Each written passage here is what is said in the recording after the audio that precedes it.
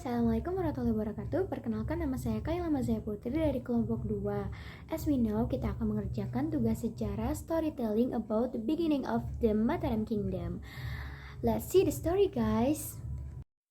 Awal berdirinya kerajaan Mataram kuno ini berdiri di bumi Mataram yang terletak di dekat Yogyakarta sejak abad ke-8 hingga menuju ke-11.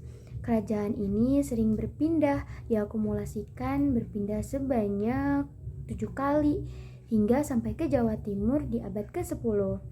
Nah, berpengaruh juga pada nama kerajaan ketika berdiri di Mataram sempat diberi nama Medang Satu Bumi Mataram. Saat itu dikenal dengan nama Kerajaan Medang. Saat itu pendiri kerajaan ini bernama Rakai Mataram Sang Ratu Sanjaya dengan periode berkuasa pada 732 sampai 760 Masehi.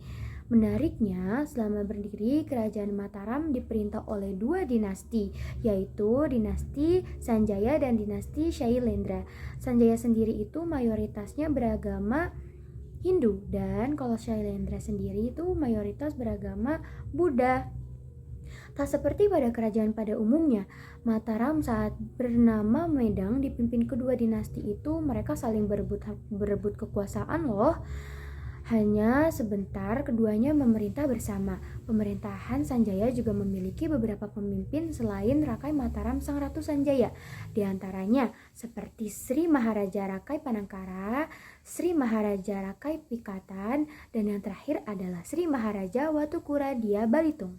Sementara pada dinasti Shailendra, pemimpin pertama adalah Banu yang kemudian berlanjut ke Raja Wisnu, hingga membuat dinasti Sanjaya tunduk kepadanya.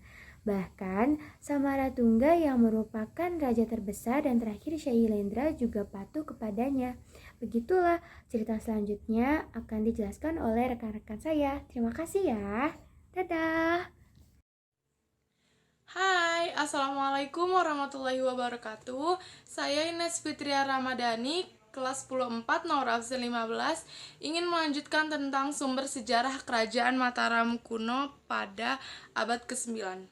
Pada abad ke-9 ini, dua wangsa bersatu dari perkawinan Rakai Pikatan dari wangsa Sanjaya yang merupakan anak dari Samaratunga bernama Pramodawardhani. Meskipun rencana pernikahan itu mendapat pertentangan karena tak disetujui oleh Balaputra Dewa selaku adik dari Pramodawardhani setelah ia merasa terancam oleh keberadaan Rakai Pikatan. Balaputra kemudian merebut kekuasaan, namun usahanya itu gagal. Meski pada akhirnya ia kembali menjadi Raja Sriwijaya usai pulang kampung.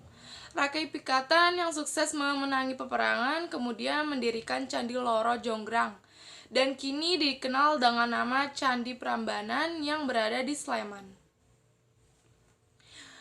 Pada abad ke-10, di abad ini pemerintahan Mataram kuno berpindah ke Jawa Timur dan diprakarsai oleh Empu Sindok yang memindahkan pusat pemerintah sekaligus kerajaan ke area tersebut. Empok Sindok merupakan raja pertama dan tokoh pendiri dinasti Isana di Jawa Timur. Namun tidak diketahui secara pasti siapa pengganti Empok Sindok setelah itu. Pada abad ke-11, kehancuran Dharma Wangsa teguh akibat dari serangan kerajaan Sriwijaya setelah mengalami kegagalan bekerja sama dengan kerajaan Wurawari. Namun ada yang selamat dari serangan terhadap Dharma Wangsa, yakni Airlangga, hingga kemudian dinobatkan sebagai raja di 1019 Masehi serta mampu memperluas wilayah kekuasaan. Silsilah kerajaan Mataram kuno menurut prasasti Canggal pada 732 Masehi disebutkan bahwa pendiri kerajaan Mataram kuno adalah Wangsa Sanjaya. Kemudian dalam prasasti Balitung disebutkan juga beberapa nama raja yang pernah memerintah kerajaan Mataram kuno. Berikut ini beberapa sosok yang pernah memerintah kerajaan Mataram kuno. Ada Sanjaya Rakai Panangkaran, Panunggalan, Rakai Watuk Garung, Rakai Pikatan Kayuwangi, Watuhu Malang Balitong. Selain itu ditemukannya prastasi Ligor dan prastasi Klurak yang menyebutkan beberapa raja yang memerintah di kerajaan Mataram kuno. Di antaranya seperti Banu, Wisnu, Indra hingga Samaratunga. Jika dilihat dari aspek politik dan pemerintahan, kerajaan Mataram kuno masuk dalam kerajaan yang bercorak Hindu dan Buddha. Terima kasih. Perkenalkan, nama saya Yanti, saya absen 42. Saya di sini akan menjelaskan tentang peninggalan Kerajaan Mataram kuno.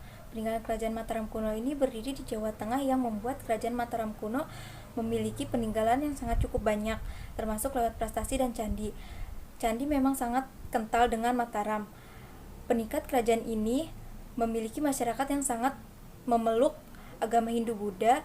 Lantas apa saja peninggalan Kerajaan Mataram kuno itu? Ada prestasi Kerajaan Mataram kuno, prestasi Canggal, prestasi Kelasan, prestasi Matayasi, prestasi Klurak, candi peninggalan Kerajaan Mataram kuno, Candi Bima, Candi Arjuna, Candi Kelasan, Candi Plausan, Candi Prambanan, Candi Sewu, Candi Mandut, Candi Pawon, Candi Pundatewa, Candi Semar, Candi Srikandi, dan Candi Borobudur. Nah, selanjutnya akan dijelaskan oleh teman saya.